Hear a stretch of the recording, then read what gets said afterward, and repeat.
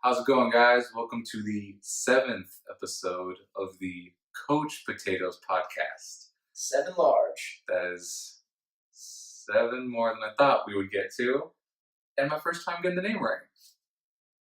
Yeah, 7 episodes in, you finally got the name Finally got it that right. you came up with. That I came up with, that I was very proud of, and I can't remember it. So, I'm Anthony, this is TJ. We're missing the third potato. Since he's not here, I will name him the sweet potato.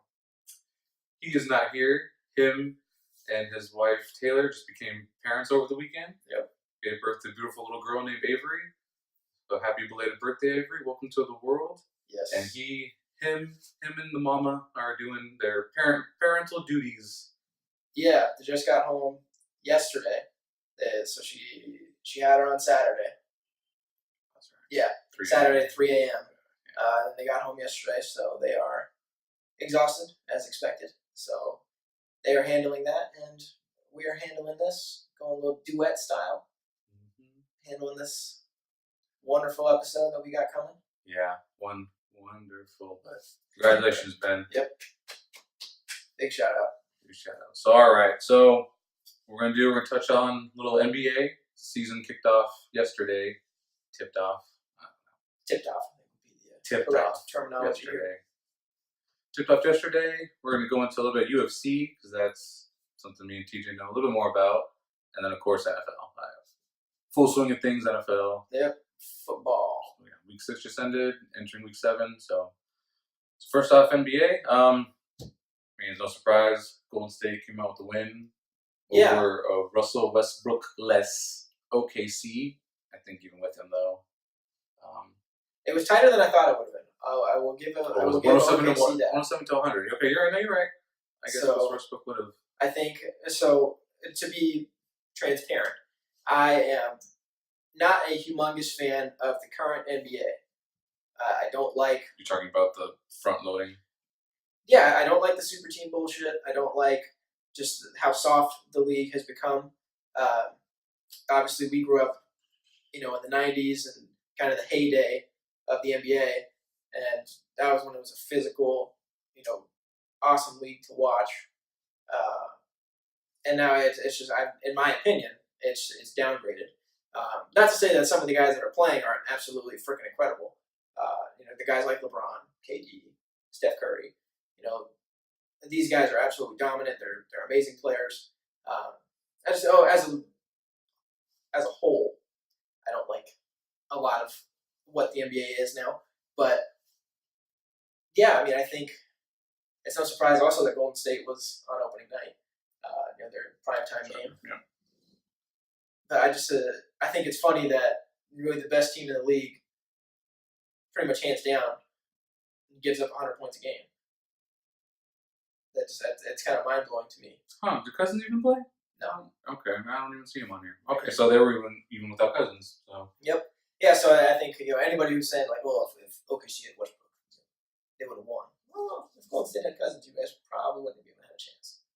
So, the current lineup, they've had some chemistry. You don't know what Cousins would have done thrown in there.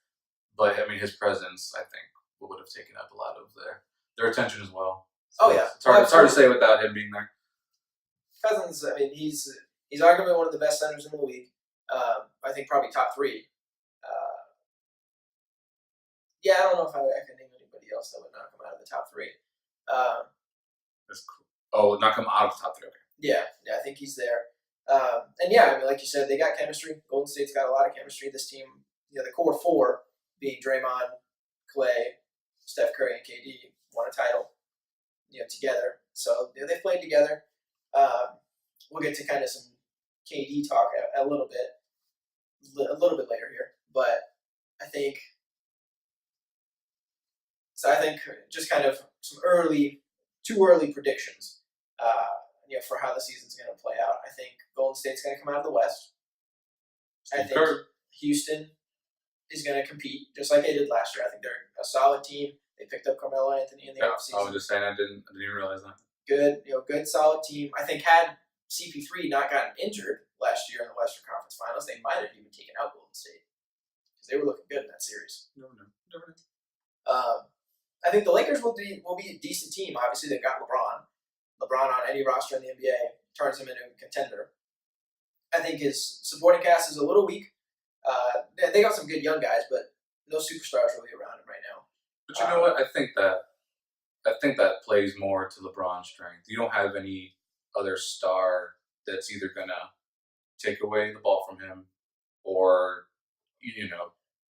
kind of go, why can I be the star? Why can't there be two stars? Right. I think these young guys will follow LeBron's lead. They will be a better supporting cast because they will accept their position as supporting cast.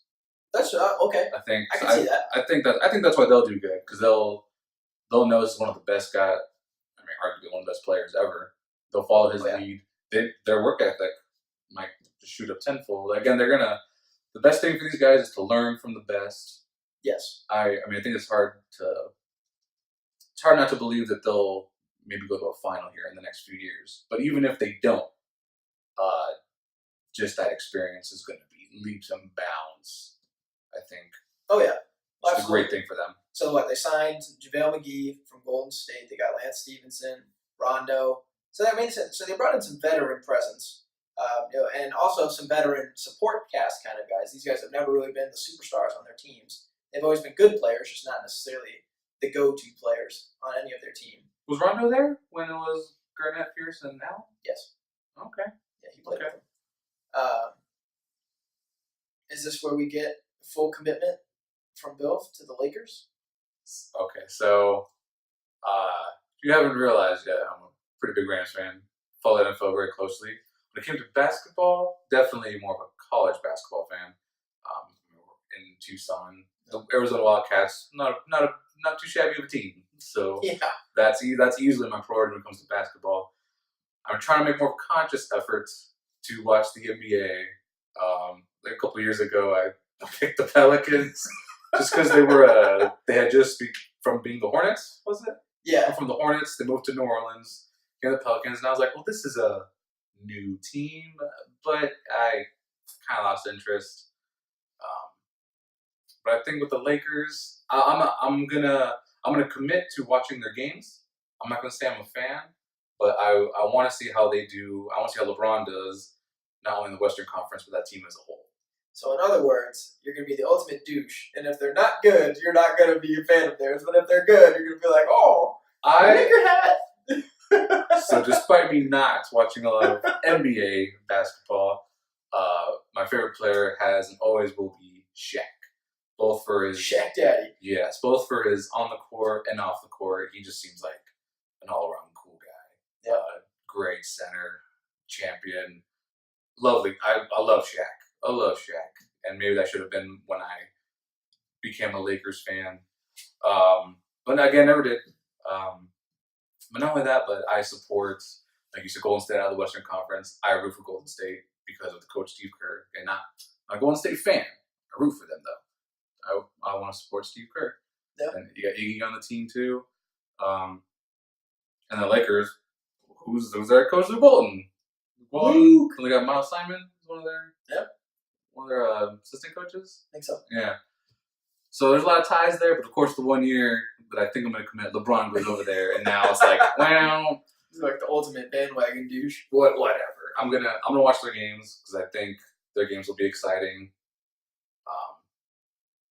And well, I guess NBA is different than NFL, and just because they're in the Western doesn't mean they don't play everybody in the Eastern. But I'll get to see how they play against everybody, and I'll definitely look forward to those matchups against OKC, Houston, Golden State.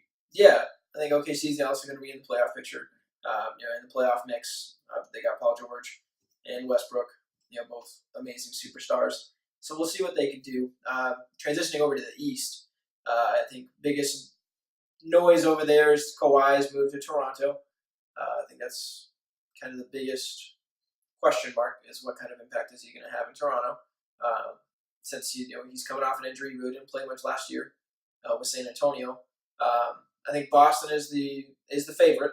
They're a great team.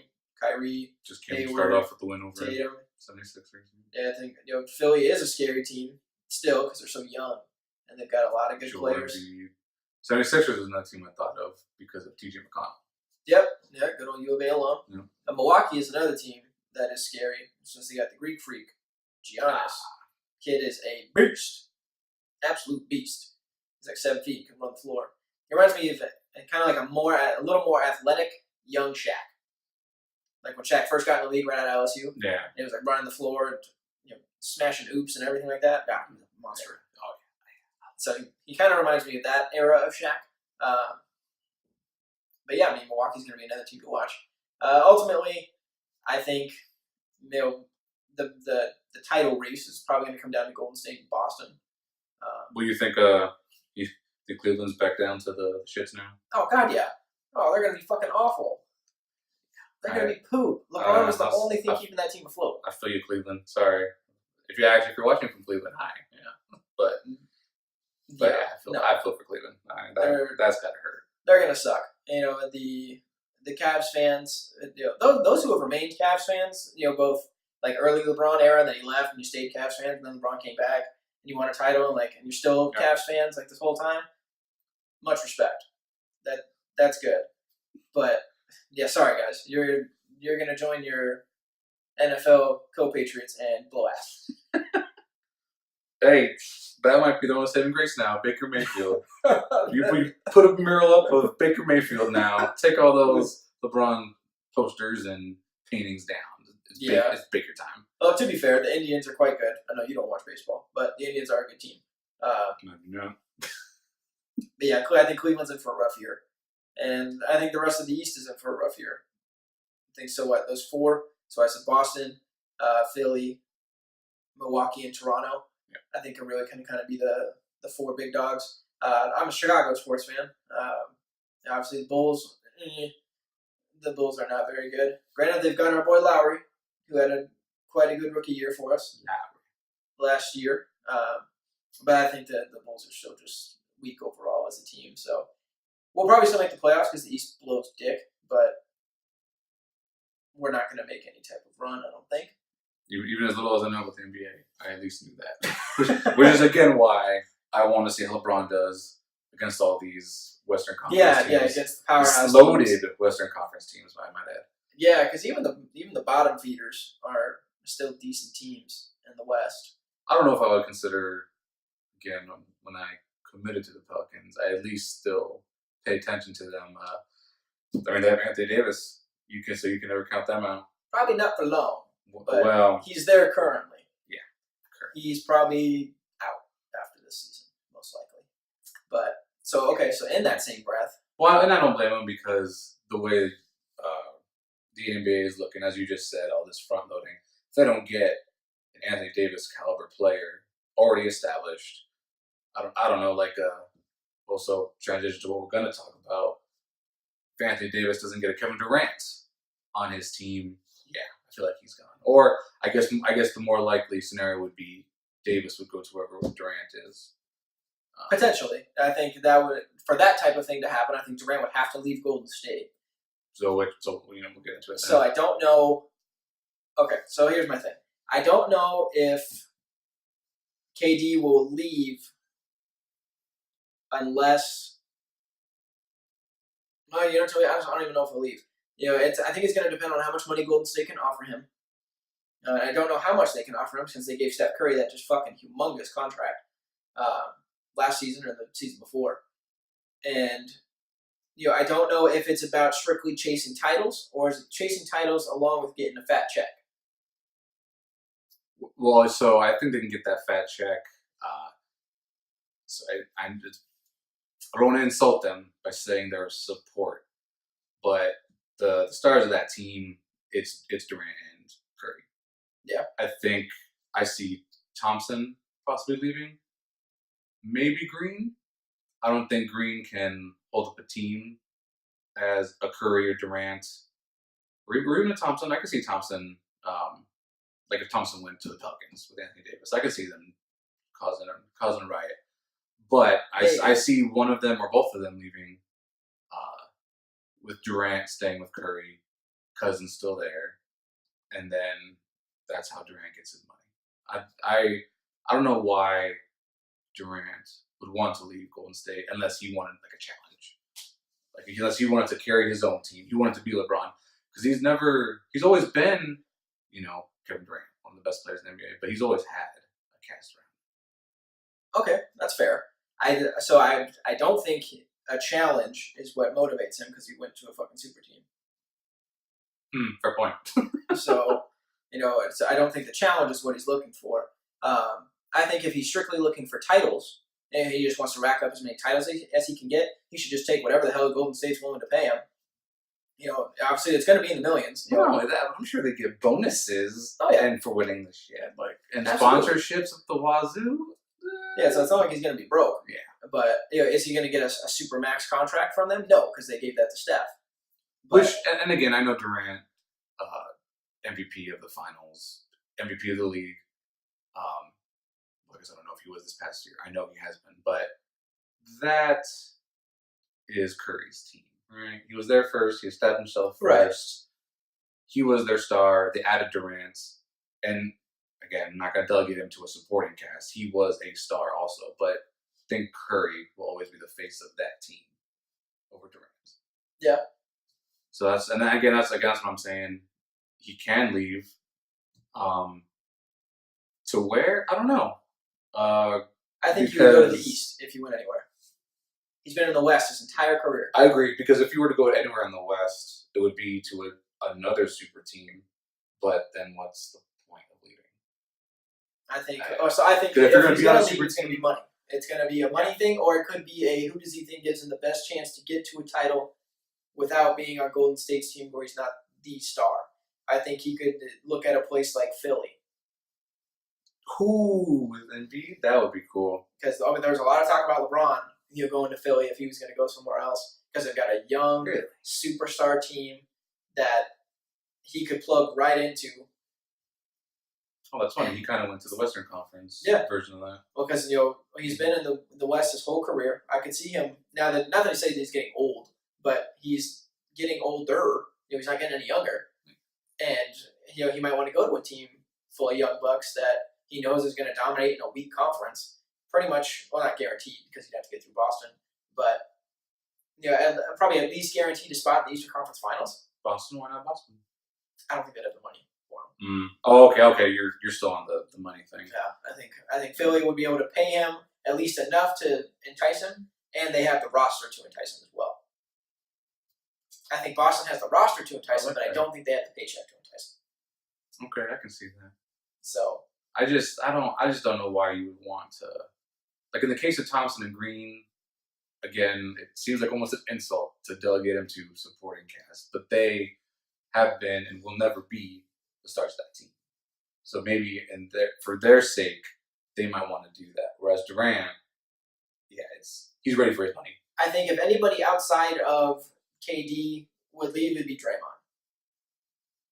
The reason I say that is because I think he's got the biggest ego of any of the other players on that team. So I think Klay Thompson has always been kind of accepting of the fact that he's the support guy, even though he's one half of the Splash Brothers, because they were the Splash Brothers before KD got there.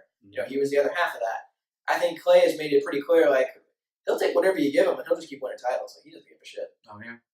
I mean, I agree. If I were to be in any boat, it would be that boat. I'll be along for the ride.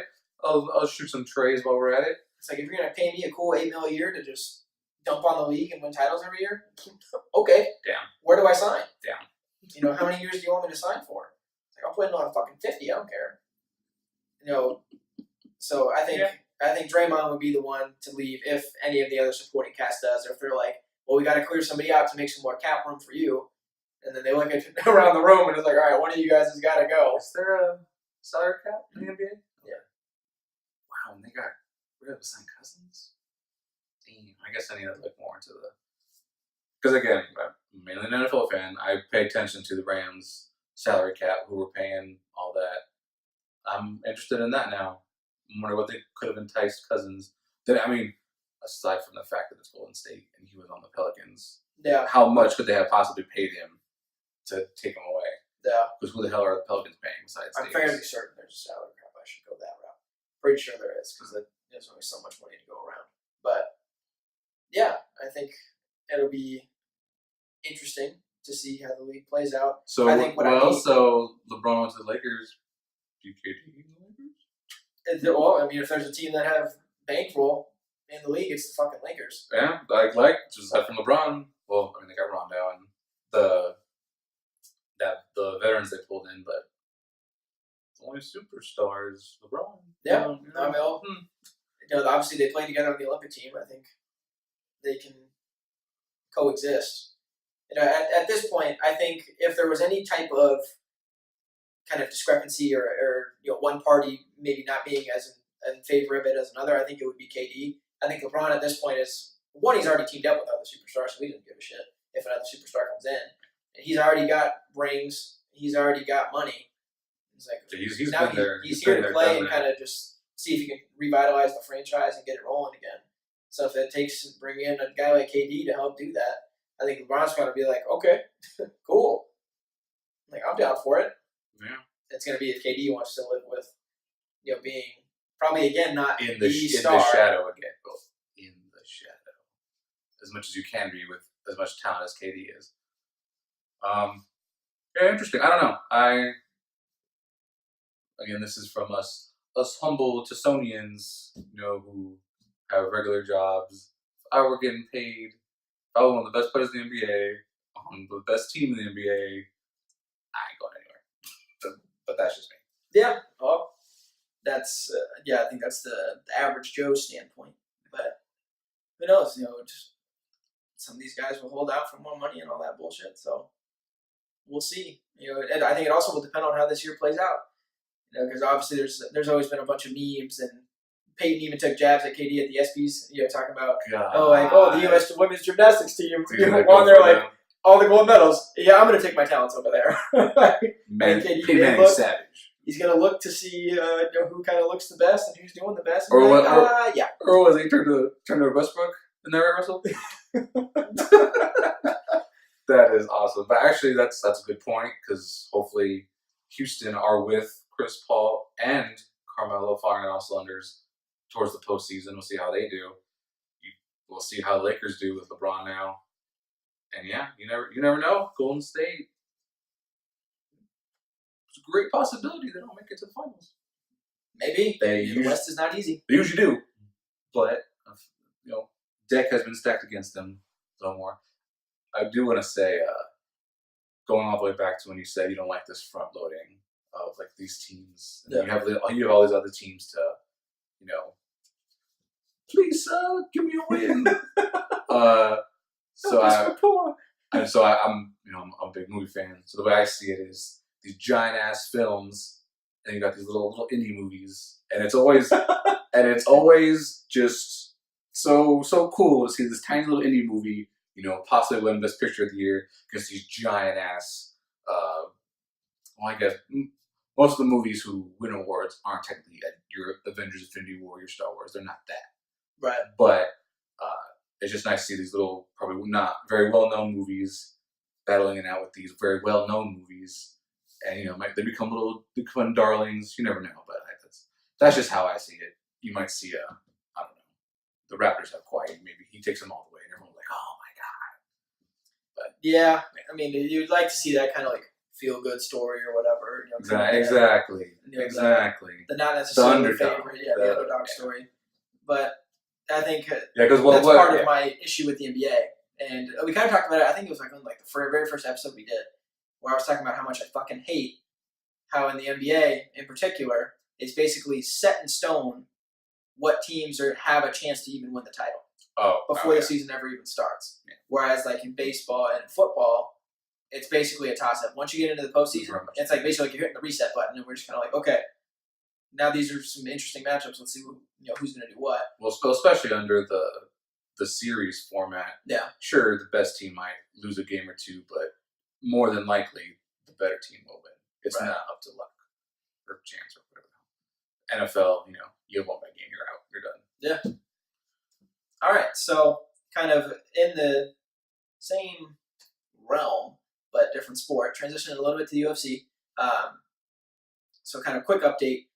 Conor and Khabib are both suspended as it stands. They have a hearing on the 24th for, I think, some actual sentencing and kind of seeing what we're actually going to do. Both got suspended. So we'll, obviously, hopefully in the next episode we'll be able to talk about it a little bit more, kind of the outcome of it. But we'll see what happens there. Just a very quick aside. I personally never saw Connor punch whoever they're saying he punched. I guess, but then I see videos and it's very clearly he's also on the cage, and I'm like, when the hell this happens? We're watching pay-per-view, and I didn't see him do anything. They showed Khabib jump off. Well, and then they went to that wide view for a good 5 minutes when everything was happening. So we probably weren't the best witnesses to what happened. But I did see Connor swing at somebody, but I thought it was because somebody swung at him first. He like chased him out. So it surprised me when they were both suspended. I was like, oh, okay, well, but I guess we'll see what the end result is with this hearing. Yeah. Anyway. So just kind of quick touch on just something I read today. GSP does an interview with Ariel Helwani talking about how he will not come back and fight his way to a title. He has no interest in doing that anymore. Saying he's basically been in the game long enough. He really has no interest in doing that. He just wants legacy fights, is how he put it. So he wants big name. There was talk he entertained Khabib. I wouldn't like to see that personally, but and we talked about it last week. You and I are more so in the purist type of standpoint when it comes to the UFC. I don't really like these big super fights, at least not with guys. I should say not with a guy who's basically on his way out and just looking to cash in. With a guy who's currently like in the midst of being the champ, defending his belt, doing all that shit. So, well, with that said, GSP, he's in a little bit different boat than like Conor McGregor. You know, GSP, he retired on top. He never lost his belt. He came back, won the middleweight belt, and then left again. So, I mean, he's the same as Conor as you know, he won the belt, and again, as I pressed to Conor, I pressed to GSP, where are you going to fight for a belt and then have no intention of retaining it or defending it? Agreed. Especially since I know GSP had a lot of issues making weight at welter. He always did. He never, from what I can recall, never missed weight. But he's a buff guy. He's pretty stacked. But he won the belt in middle. So I thought he would stay for a long time, and it would help his longevity because he didn't have to cut as much. Right. But no, he vacated it, and now that's that. And the last I hear from him, or the next thing I hear from him, is he wants these legacy fights.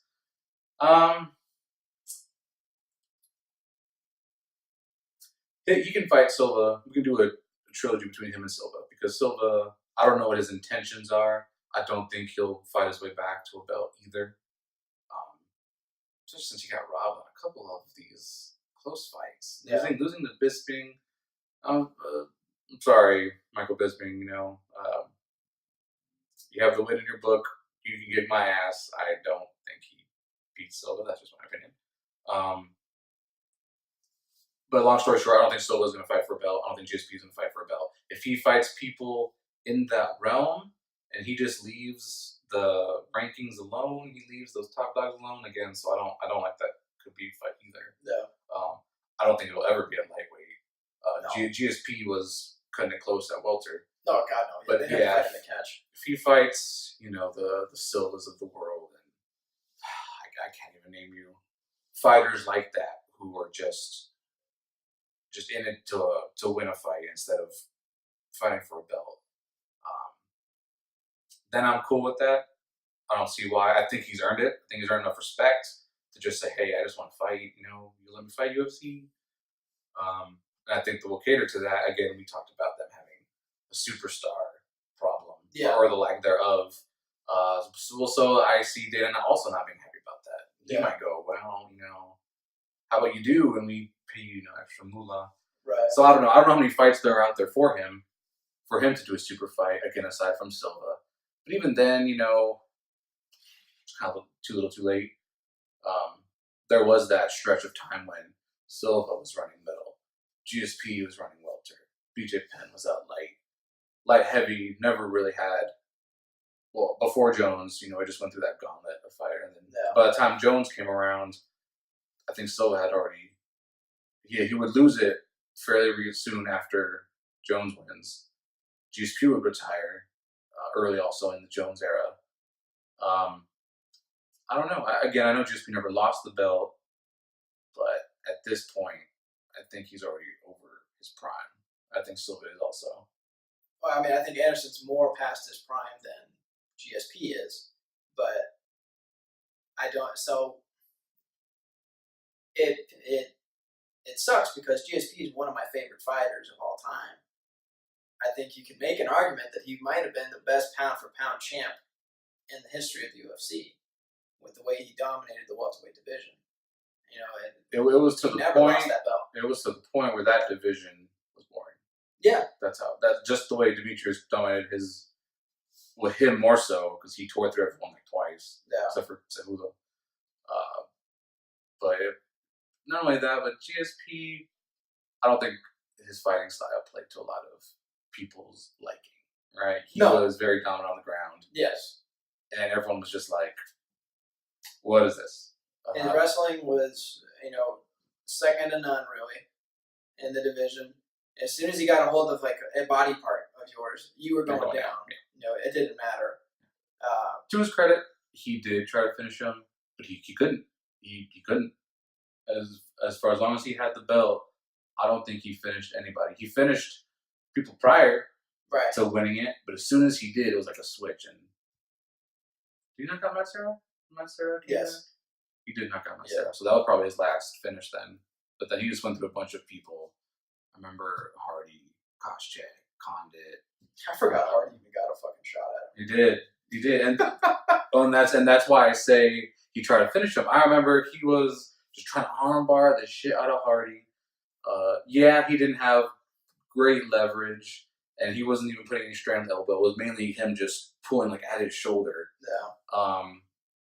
But the dude couldn't catch a break when it came to finishes, and he was criticized for it. And I felt bad for him because he tried. Yeah. He just couldn't do it. But that's all right. He'll just start punching you in the face a couple more times until all 5 rounds are done. Yeah. What I'd be scared to see, or what I don't want to see, because I think it'd be a lot like the Stipe Cormier fight, would be Tyron Woodley to take a fight with him. I don't know if GSP would take it, because I think he'd be honestly kind of scared to fight Woodley, especially at welter. And they're both big welters. Woodley's a pretty stocky welterweight. I think in his last fight, he really kind of showed us the Woodley that we were used to seeing. And everybody was pissed after the Mai fight, and so he came out in this one, with a vengeance. But I don't want to see him take a fight with GSP because he's the only one with anything to lose. Well, right, and like I said, I don't want to see him fight anybody and mess up whatever semblance of rankings the UFC has. They show him plenty of times. They don't give a shit. They'll just throw it out the door for the next best thing. I want them to preserve it as much as they can, but it's not going to mess with the rankings of the UFC if that's where GSP wants to go. If he wants to make a belt, shoot for the belt, by all means, put him against Wonder Boy. I could see that. Wonder Boy, if he beats him, Woodley. Put him up against the Maya. Darren Till, yeah, he's the one that just lost it to Woodley. Yeah. They've got some pretty good fighters. And that's welter. He wanted in the middle. Oh, middle's even less stacked than the welter. Yeah. He could come back and I think Robert. I like movies. Like I said, Forrest Whitaker out in the ring. Robert. You could fight Robert Whitaker. You could fight Yoel. Yoel Romero. That'd be so much muscle in one place. Oh my god. What's it? Weidman and Rockhold are fighting. Yep, they're fighting. The next big event. I saw that. Oh, against the Lewis and Cormier fight, right? The co-main. Yeah. Yep. Yeah. It's on that card, so we'll see. I don't know. Again, I don't want them to, but I feel the UFC will just again take GSP and do whatever makes them money, regardless of what it fucks up. Could be. I see him being a little underweight too. I think the only reason why he might have it. Yeah, I think the only reason why he would. I'm not even gonna say he would have a chance. I would say he has a good chance of winning. It's fairly even. Is because of his wrestling. People forget that GSP his background is not wrestling. Right. He just learned it, and if it ain't broke, don't fix it. But that would be interesting. Probably actually see some GSP striking. You rarely see that. But no, not Khabib. And again, we don't know what's gonna happen with Khabib, but I feel like he's on his way out. Whether he quits himself, whether they suspend him, he's either gonna get fucked over, or he's gonna fuck the UFC over and just leave. My confidence isn't high with him staying with the company, league, UFC, staying with the UFC. Yeah. But I think you're probably GSP, right. but GSP again, he has enough. He has a big enough name, but there's just not enough. I see them cashing out with Silva. The best outcome of that would be it ends up a trilogy. But after that, I don't see who else you put him up against. Not right now. There's nobody readily apparent to me. Not in a weight class that would make sense. Oh, right. You want to make some money, GSP Lesnar, but that's a very big size discrepancy. So we'll see how it plays out. Obviously, we'll keep our eyes and ears open. I for mean, there's a lot outcome. of. Okay, I don't want to be mean, but there's a lot of over the hill like fighters that were also very dominant in GSP's era. You got Shogun, not even in the top 10. You got Machida, he's still around. Rampage with Bellator. I know Evans just lost his last fight against Anthony Smith. Yeah. Just pretty much all those gauntlet of fighters that John Jones went through that unfortunately aren't relevant. Oh man, that's mean. Aren't relevant. Not wrong though. Yeah. So there's all those fighters floating around that aren't in contention for a belt, but they still have a name to them that he could possibly fight.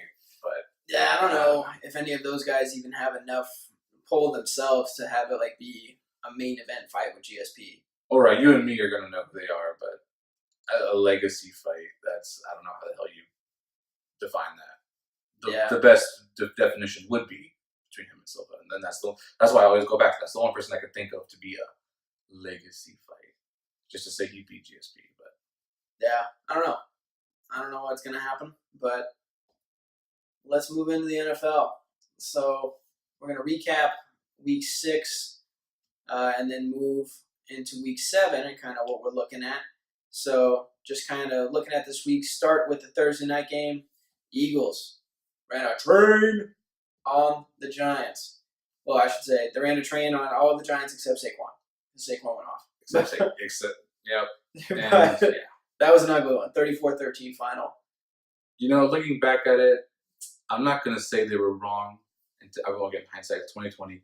When they did take Saquon over Donald, I was like, I think I personally thought Eli was their problem going forward. I don't think they were wrong to get Saquon. They have their star.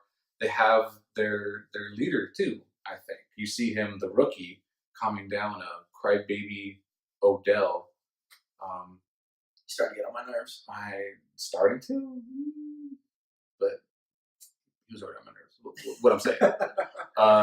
So I don't think they were wrong in taking him, but they need one more piece once a quarterback for them to be a championship caliber team again. I think they need a young quarterback is the key here. Oh yeah, no. If they did something stupid like when the Cardinals are probably gonna release Bradford, if they bring over Bradford, I'm gonna be like, really, Giants, really? Yeah, that was too bad because Saquon just went off. But I think all of us picked the Eagles to beat the Giants because the Giants, God, they're just looking like shit. Yeah, and I think Eli is the source of that problem. Eli has been boo. I do too, and it's not even his first year though. There was a year, maybe three or 4 years ago, where he just turned a corner, and I was like, he's missing a lot of these throws, and maybe people ignored it because Odell still has highlight catches, and they're like, oh, they don't have a problem with their quarterback, but and I forget their coach before Shermer. Coughlin? Not Coughlin. It was after Coughlin. I forget his name, but he's the one he benched Eli for Geno Smith, and everyone gave him shit. And I was like, why is everyone mad at this guy? He knows what the problem is. It's Eli. Yeah, but Gino Gino certainly wasn't the fucking Gino answer. wasn't your answer. But I was like, why is everyone getting mad at him? He knows what the problem is. People, oh, we had a bad record. How are they doing this year? There's a common denominator, and it ain't the coach. True that. Yeah, Giants looking like poop. But they've got a good leader in Saquon. Ben's eating his words. He was so high on the Giants coming in this year. What did he say? He said the Cowboys would be last? Yeah, he said the Cowboys would get last, and the Giants. He said the Giants were going to take a wild card spot. Wow. I said the Eagles would still win, and I said Dallas at number 2. I picked the Skins. Right now, we're both not wrong. Skins are fairly. Well, we'll get to them, and we'll get to them. We'll get the Cowboys. Okay, Yeah. continue. Bucks Falcons shootout 34-29. Atlanta comes out on top finally I didn't think Jameis could do it, but he threw up 4 touchdowns and lost. and well, I didn't think he could do it. Lose. My point was I didn't think he'd be able to put up the TDs that Fitzmagic was He doing. put up points. Put up points, yes. Like Fitzmagic. Put up points, but he did. Unfortunately, the Falcons put up more points. Yeah, I mean, so they had that shitty string where they put up like 30 plus in back-to-back games and lost both. That was the first time in history that it happened. They finally put up 30 plus and get a dub. It's that defense. And you'll see this. It's actually a trend across the league. These teams, mine included, put up these massive points. Also, they give up massive points. Also, so yeah, they're seems to be a looking like trend. an NBA team. Yeah, they score a shitload, but they also give up a shitload. And I can't help but look at this fucking stat. Julio Jones, 10 receptions, 144 yards, no goddamn touchdowns again. Oh, I know. He's on my fantasy team. I know he's getting 0 touchdowns. Fucking touchdowns. Yeah. Why is this man not getting in the end zone? That is 100% a coaching issue. There is no way.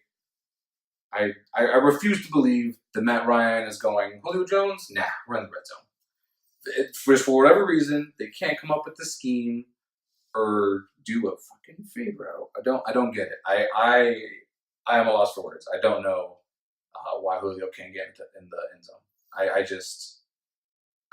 I'm beside myself. I mean, how is that not who you go to 3 times in a row in the end zone? I don't get it. I really don't get it. I think what's kind of scary is the fact that they are putting up 30 plus a game and he has not found the end zone yet. That's because got Mr. Calvin Ridley. Yeah. Actually, I don't know if he played this past game. I thought I saw he got injured. Or he got injured during this past I think game. he got injured in this game. I think, well, depending on how severe the injury is, I think he could be creeping up the leaderboards for Rookie of the Year case. Well, in fairness, I named off quite a few people. It's like, oh, look out for this guy and this guy and this guy. But he was one of them. Alabama, people forget, they have some good-ass receivers. Good-ass receivers. And Matt Ryan's got 2 of them on his team. Yes, he does. He's doing well. Falcons come out on top. Falcons went on top. Again, well, I think I had Ryan as MVP. Yep. And Quinn, Coach of the Year. Had they won those 2 games, they put 30 plus. I think they're in contention. But what are they, 2-4? No one's looking at them for either one of those. No, hell no. Especially that game where he put up 2 touchdowns, or at least 1 on his feet. Mm-hmm. Matt Ryan was making the case for MVP, but he lost. So. Yeah. Steelers and Bengals. The Steelers come out on top. Big division win for them. Big win. Because the Bengals were looking like they could run away with it if they got a win there against Pittsburgh. They would have had a win over the Ravens and the Steelers, and I don't think anybody would have stopped them. So that was much needed. You know what? So Connor had a good game.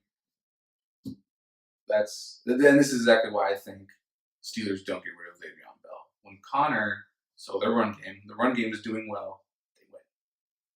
Every game that Connor has, 19 carries for 111 yards. Every time he has numbers like that, they win. Yeah. That's a team that needs. Every team needs a running game. But Roethlisberger and Antonio Brown and Juju, they can't do it alone. They need that running game. They need that balance, and it shows. They got a big win over the Bengals. Big win. I'm still shocked how good they're doing.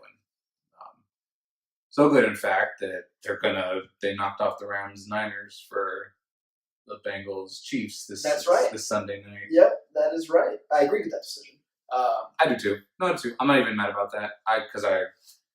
We'll get to the Niners in a little bit, but I would rather see the Chiefs and Mahomes take on these big hurdles. Yeah, I do. I want to see it too. Yeah, but Steelers win it over the Bengals, so they're still in it. I think they lost to the Ravens, though, didn't they? So that's going to be kind of messy at the top there.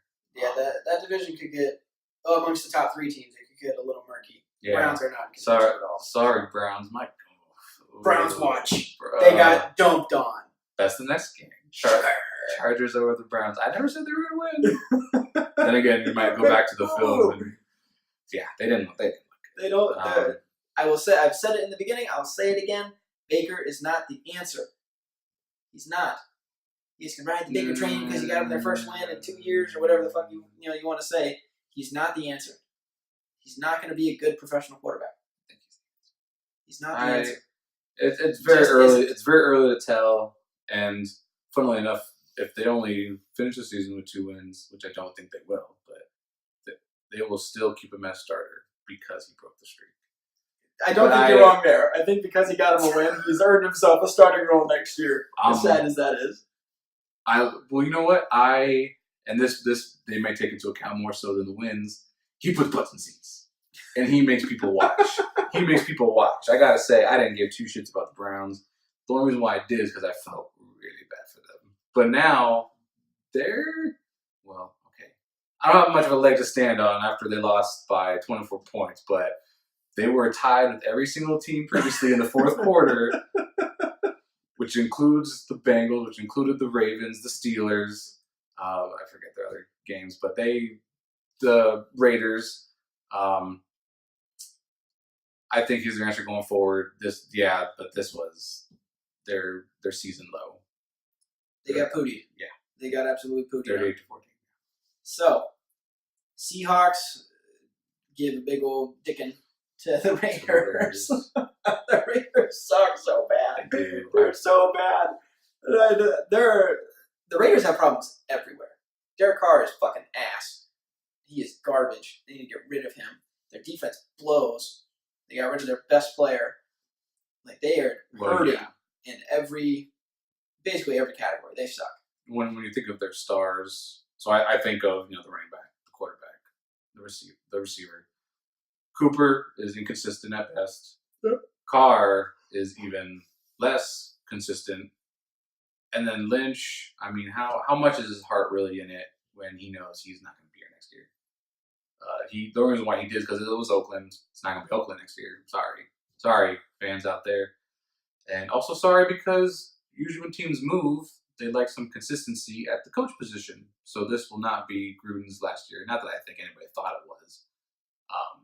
But maybe the owner goes, maybe we should reconsider Gruden. But nope, with this move, he's going to be here at very least 3 years. I don't see him any less than that. Yeah.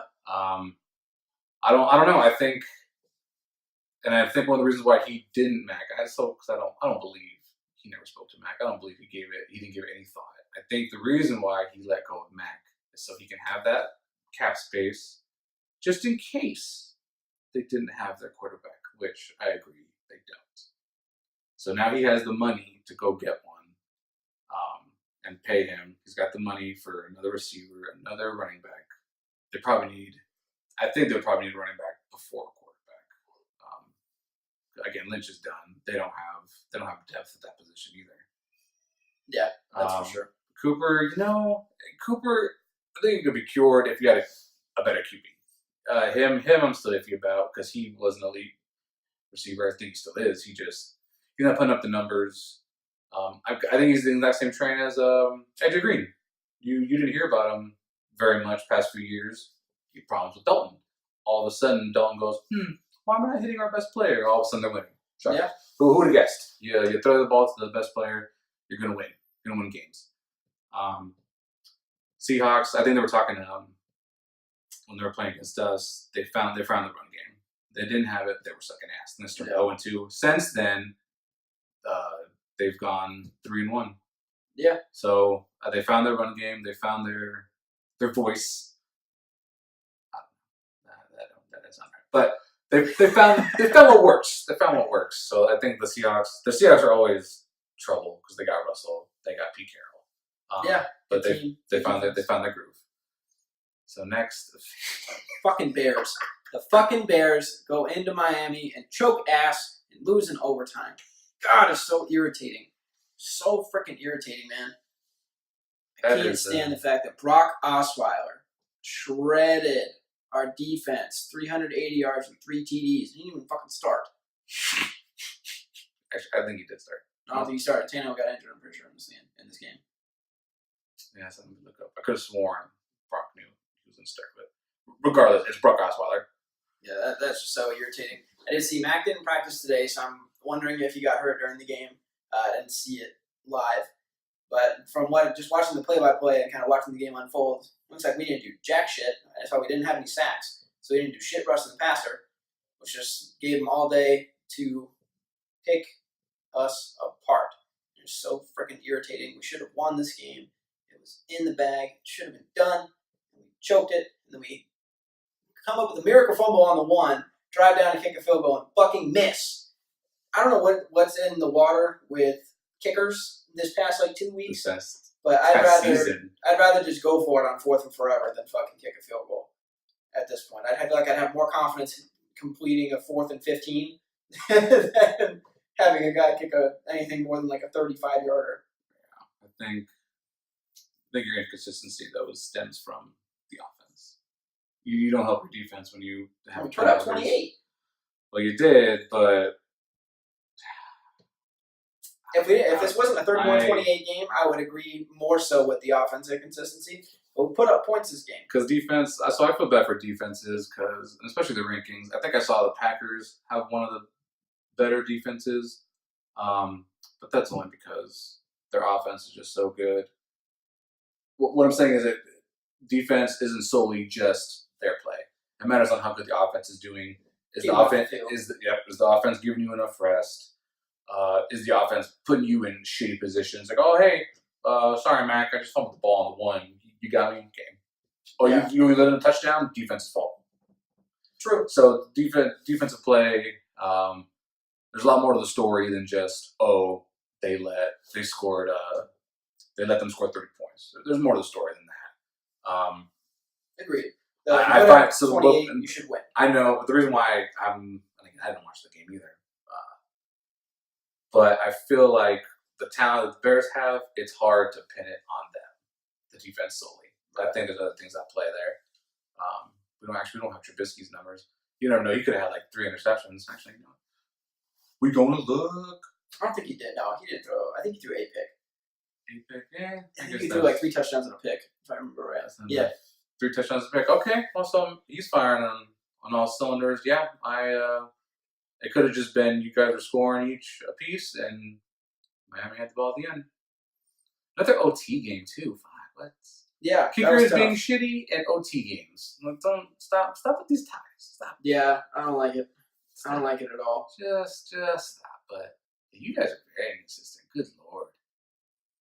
Yeah, story of being a Bears fan. But moving forward, Vikings lay it down on the Cardinals. I don't think there's much to really say there. I think Thielen was a monster again. The Vikings are kind of starting to get into the groove a little bit. Their offense is finally starting to get some footing under them. And the Cardinals just suck. Just flat out, they just blow.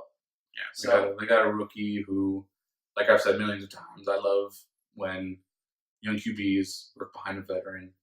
They set it up for that, but they weren't going to win with Bradford. Sorry, Bradford, you blow. Rams, but yeah, sorry. Cardinals play the Broncos Thursday night, which I like because I haven't, even though we're in Arizona, I haven't watched an Arizona game. So I want to see. I will continue that trend. I will not be watching.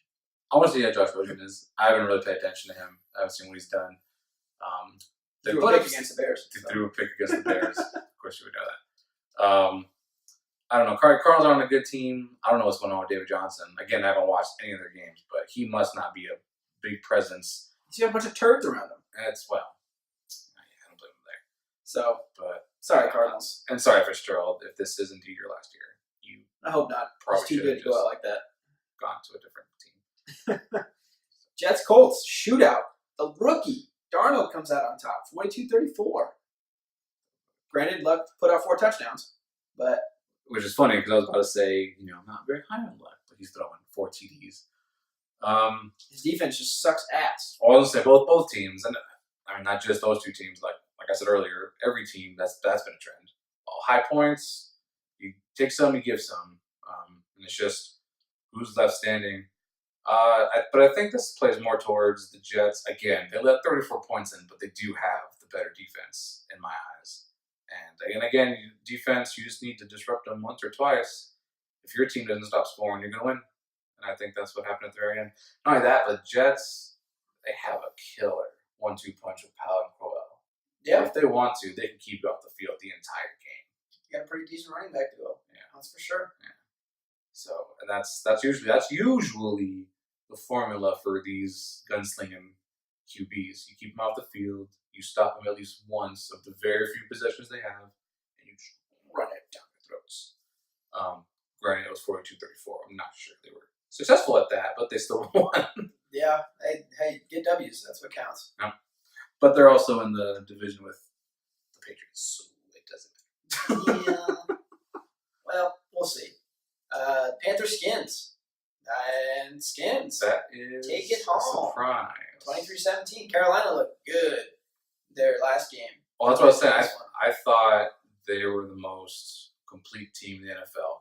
Maybe they weren't as flashy, scoring-wise, as the Rams or the Chiefs. Maybe their defense wasn't as on par as like the Ravens, which is the only defense I can even confidently say is good, period.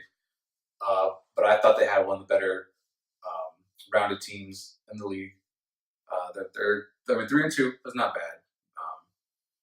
I think the Saints might be leading that division with the 4-1. But then losing to the Redskins, that's a definite big blow. I think that should have been a game they should have won. But the Redskins, that division's also wide open, so they know it. So they play for keeps.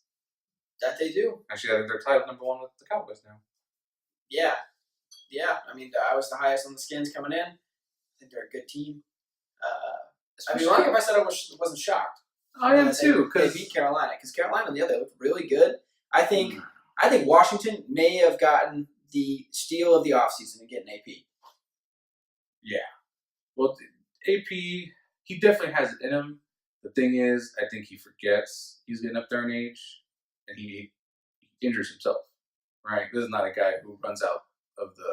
Oh no, he's looking to lay a hit on you. Oh yeah, he's never that guy. But the thing is, that's been a detriment to him. So he's still got it. He just, how long can he use it till he gets injured? Is it true if you don't use it, you lose it? Is that a serious question? Oh, fucking the Bills! I can't believe the Bills made this a game. 13-20 to the end. Yep. To the end. Texans are losing the whole game. Get a pick six and steal it, man. I'm really disappointed. I came out at the beginning of the season and was like, oh, if Deshaun Watson stays healthy, I'm going to take him as my sleeper pick for MVP. He's been fucking dumb. I think I took Mahomes, but I mean, I don't disagree. Well, I didn't disagree. I don't know. He was a young guy. He got injured for the season. Sure, it wasn't a.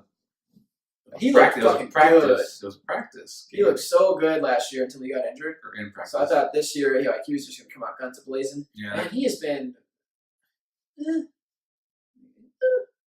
Deshaun Watson, is he good? He's okay. I don't know. It's tough. The sophomore slump, I believe, is a real thing. Very few people are immune to it. So I don't think we can pass judgment until next season. But they could definitely help him out in the running back department. I don't know why. Lamar Miller and Alfred Blue are two just mediocre running backs in the league. I am surprised. Not my boy Blue. No. I mean, every year I'm like, why do they still have Miller and Blue? Like, you're not even going to replace one of them? Get some variety here? They have never had a good running game. I still don't think they have a good running game. And that puts more pressure on Deshaun Watson. Granted, he is a running quarterback. That could be their running game. Yeah. And they have one of the better receivers in the league. DeAndre Hopkins. But there's only so much. They've got the Blues. Because they've got Blue. He blew. He blew. Yeah. They almost got blue balls. But good thing the Bills threw a pick six. And then the Bills with Josh Allen, he went down. Yeah. Bills are another inconsistent team. How are you gonna beat the Vikings? Who else? They beat the Titans, who were number one in their division at the time. How are you gonna do that? And then you blew. At all. Yeah, they're gonna be that annoying team that shouldn't be in games, but they are, and it's gonna be really irritating for the fans of the other teams. Well, you know what? You know what I heard this morning? So since Josh Allen is injured, is Peterman or Perriman? Peterman. Oh, whatever. The guy with those 5 picks a game. They're not going to start him. Shocker. I don't know what the fuck he's still on the team. You know who they're starting? Former Cleveland Pro Bowl QB, Derek Anderson. I saw this on a Derek Anderson. I think I saw it on the Herd. And even Colin was like, "He's still in the league," and I was like, "That was exactly my reaction." Derek Anderson. God. We'll see if that comes to fruition. See if they don't find a different option. But I started dying laughing because I was like, "That's exactly my thoughts." That's depressing. Moving in, LA goes into Denver. That man Gurley. He dirty. He burly. He dirty. God. 208 yards on the ground, 2 TDs. That Rams offense, so long as that man is running the ball, they're going to compete with everybody they play, even with their defense being iffy at best. Oh, yeah. I think, because I think it's also the Kareem Hunt syndrome. You know, you focus on the QB, you focus on all these receivers, all these pieces they have. Oh, my God, all these stars. You forget who's in the backfield. Oh, where is he? Oh, he's in the end zone. Oh, shit. Yep. That is, yeah. And you know what? We needed him because Goff did not exactly, he wasn't exactly stellar. Yeah, I mean, me and Ben have both, obviously, you're a homer, so you're going to be a little higher on him than we are. But we haven't been very high on Goff. I think for games like this exactly is why I'm not high on Goff. And that's why I've always been on the Gurley train. That man can run. He's good. He's an elite running back. Absolutely amazing. Rams get it done. I think solidified, since the Chiefs lost, solidify their spot as the top team in the NFL as a whole. And I think they're well on their way to locking up that number 1 seed in the NFC like we talked about. God, I hope so. You know what? I'll give Chiefs this, even though they have their one loss.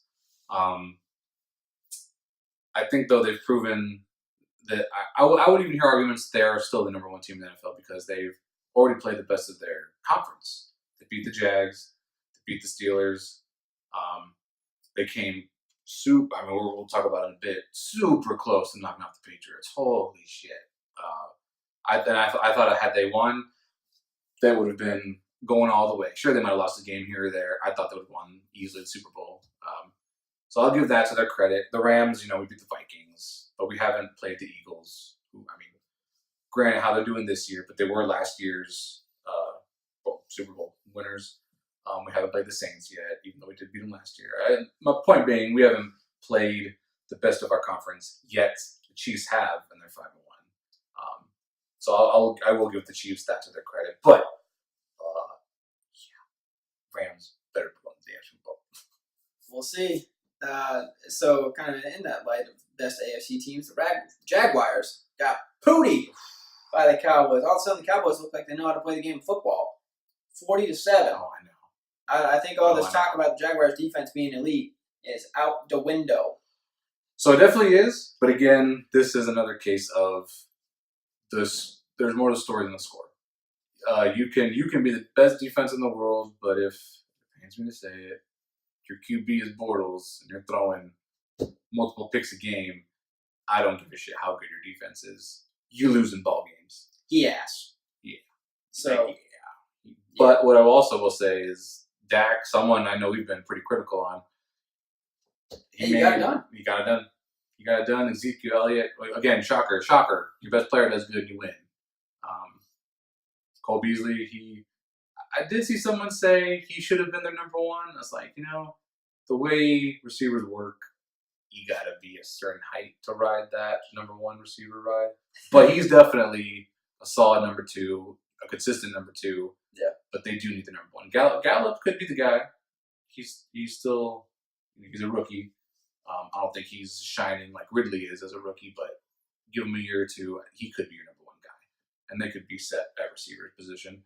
I think what hurt them most, well, not this game, but they need a blanket like Witten, and again, that might be why Beasley's shining. That's him, the safety blanket. Can see that. Let's get through these last couple so we can get to prediction time. Gotcha. Hey, talk about good defenses. Ravens shut out the Titans, 21-0. Get the dub. Baltimore's looking scary. They're looking scary good. Yeah, sure. Looking scary, whatever. Hey, don't take it away from them. Their offense isn't pretty. No, I'm not saying it is, but their offense puts up enough points, and their defense. It honestly reminds me of the Baltimore teams of old, where their defense just pounded everybody, and their offense would do enough. They put up 2-3 touchdowns a game, but their defense gives up 10 or less a game, so it doesn't matter. Yeah. I don't know. I'll put Ravens as they're my personal pick for best defense. The Ravens. So I think that's a pretty solid pick. And they showed a shutout. I don't care how bad your team is. You don't want to shut out. You can. Yeah, absolutely. So complete opposite of a shutout happened on Sunday night. Chiefs Patriots 43-40. Tom Terrific leads the drive at the end of the game. Steals the dub. That was a great game. And in true Patriots fashion, didn't even give them a chance. They said, "Oh, we have with the 2-minute warning, we'll run it." Sony Michel, if they have a running, which they do, with the beast of Sony Michel, the receiving running back of James White, and I know Burkhead's out.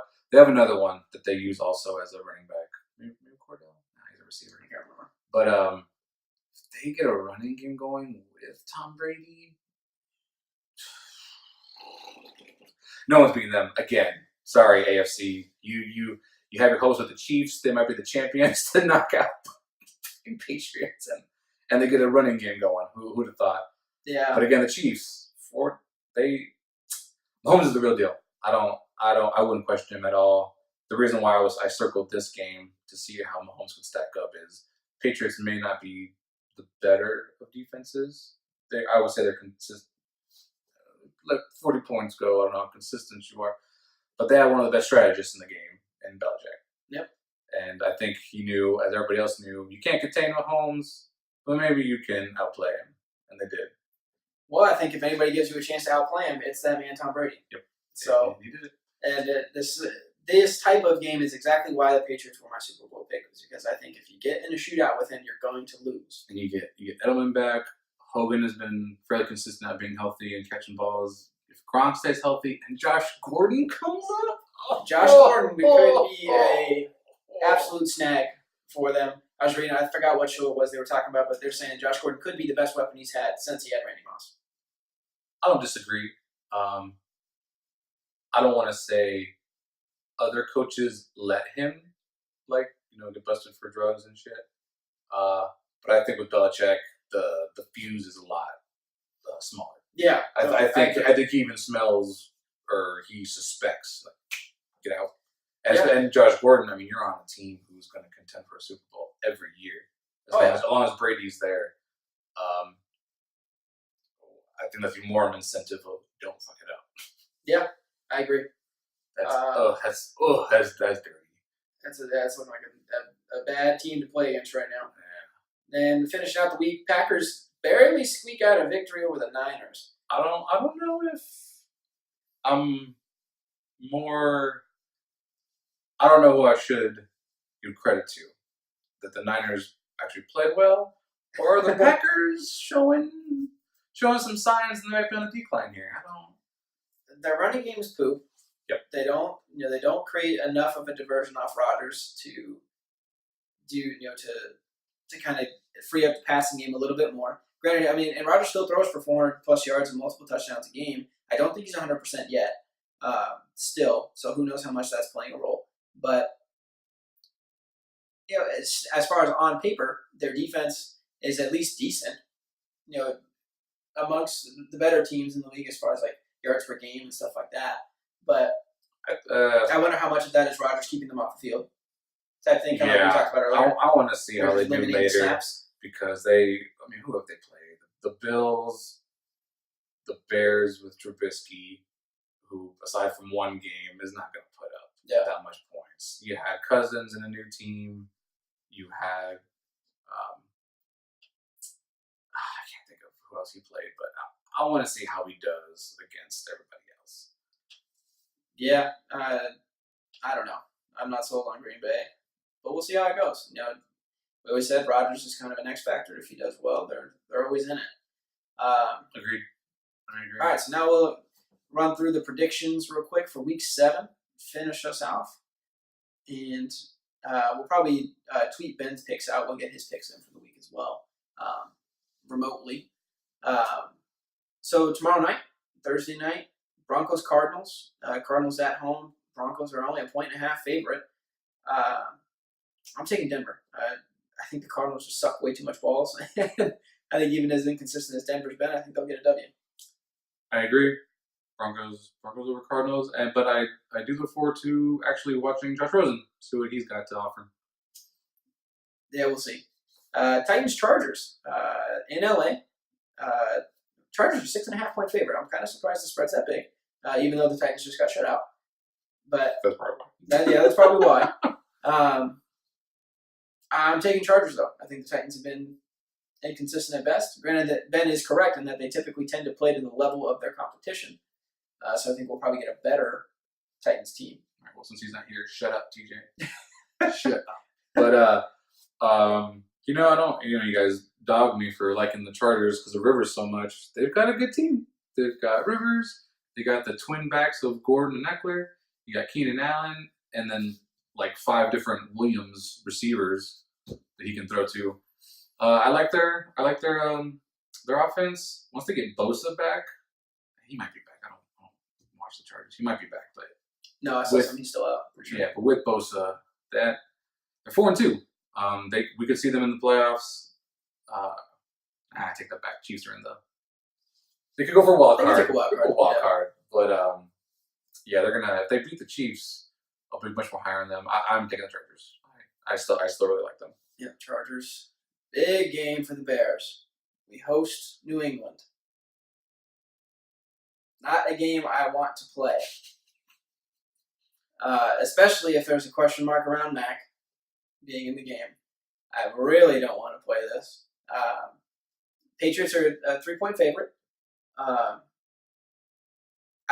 So if the defense doesn't come to play and get the pressure that we need, the Patriots are going to run an absolute train on us. I think it's going to be ugly. I'm taking New England, though. It pains me, especially since we're at home, but I'm taking New England. I think their offense is just too hard to stop. I'm taking New England as well.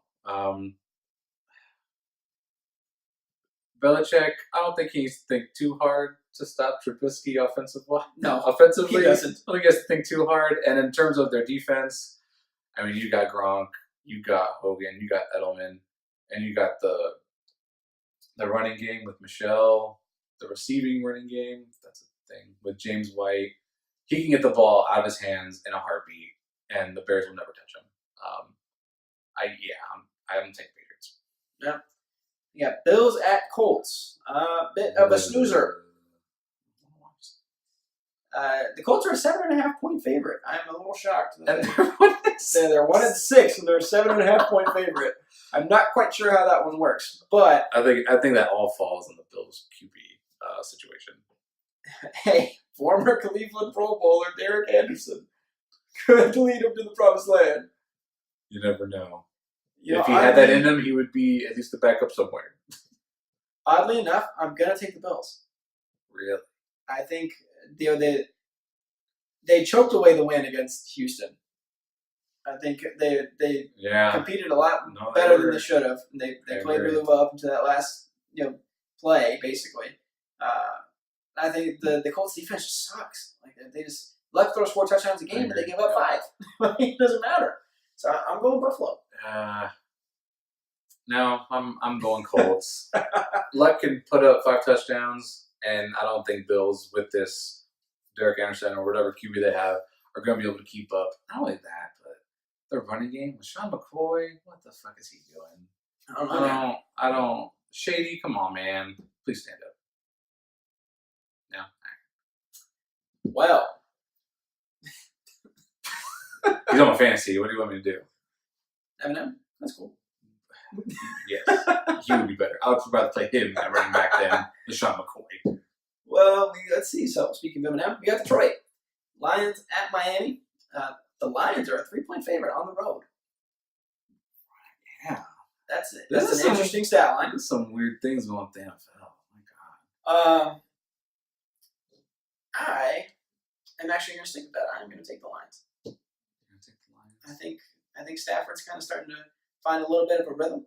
He's got a good receiving core around him. I agree. I think he gets it done. A good triple threat.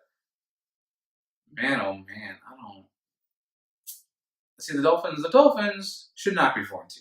I'm sorry, but I agree. Even at the head of QB, whether it's Tannehill or Osweiler, your running back is Frank Gore, which I have much respect for him. He was with the Niners, he tore up the Rams plenty of times, but that man should be over the hill. Mm-hmm. They have nobody at receiver.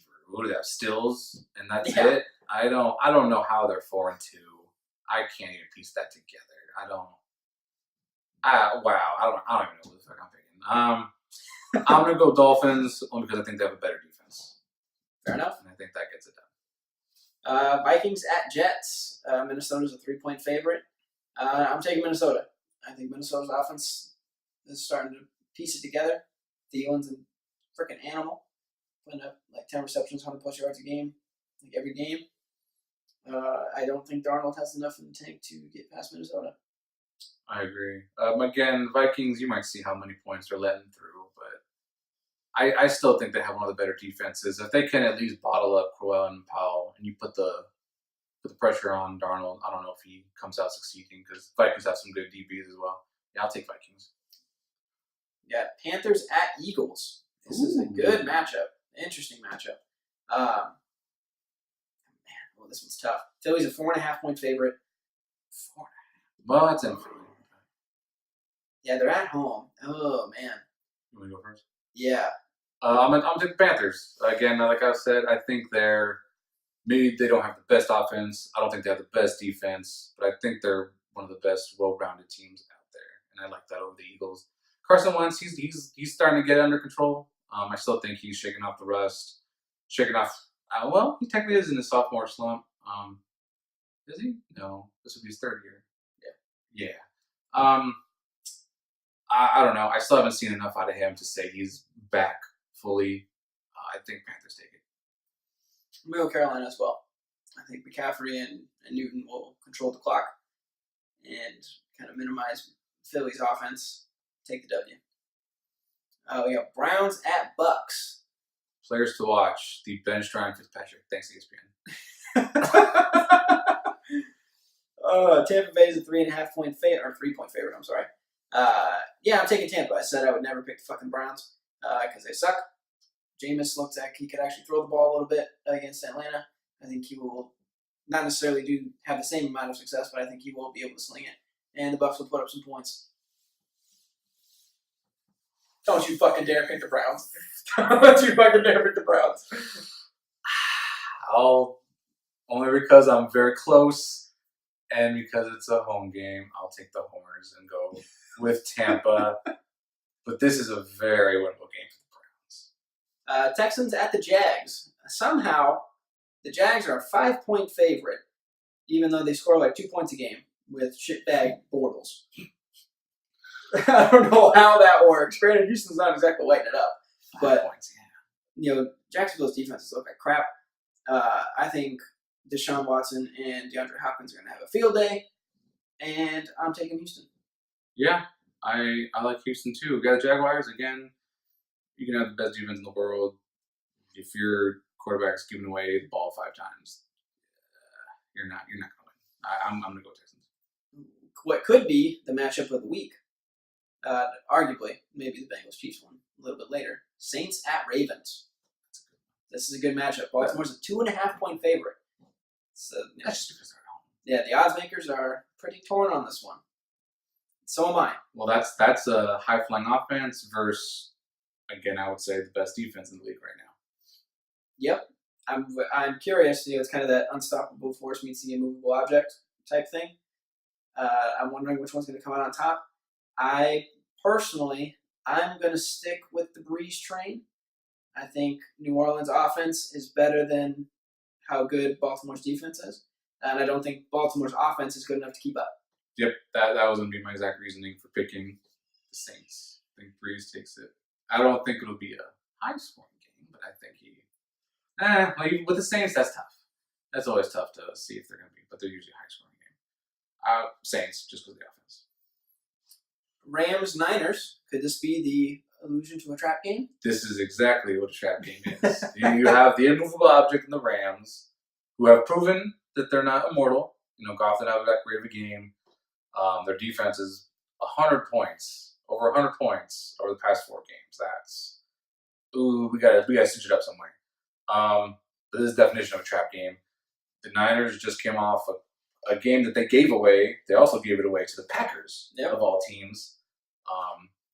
This could be a trap game. I will still take my Rams, but they 9.5-point favorite. Wow. Yeah, the oddsmakers were not torn. Yeah, they were not very torn on this one. They were pretty confident. I'm still taking my Rams, but they need to not overlook them, especially since after the Niners, you have Green Bay, you have New Orleans, you have Seattle again, Philly, the U guys, and then KC's somewhere down the line. They just need to look at now, not the future. I think they will win a game that they should win. So I'm picking Rams. I'm going Rams as well. I think stick with that man Gurley. You'll win. Battle for the top of the NFC East. Cowboys at Skins. Skins is 2-point favorite. Again, the odds makers are pretty torn. I think the Skins take it. I was going to say, I think they're just taking the homers. They're going, home team. Yeah, I mean, for good reason. Yeah, exactly. I think that kind of the logic train follows. Man, the only reason why I'm having trouble with this one is the Cowboys put up 40 against the best defense in the league. 40. That is ridiculous. I agree. Their offense looked good. Despite how many 30-point, 40-point games there are, that was usually not the norm. That's still a pretty big deal.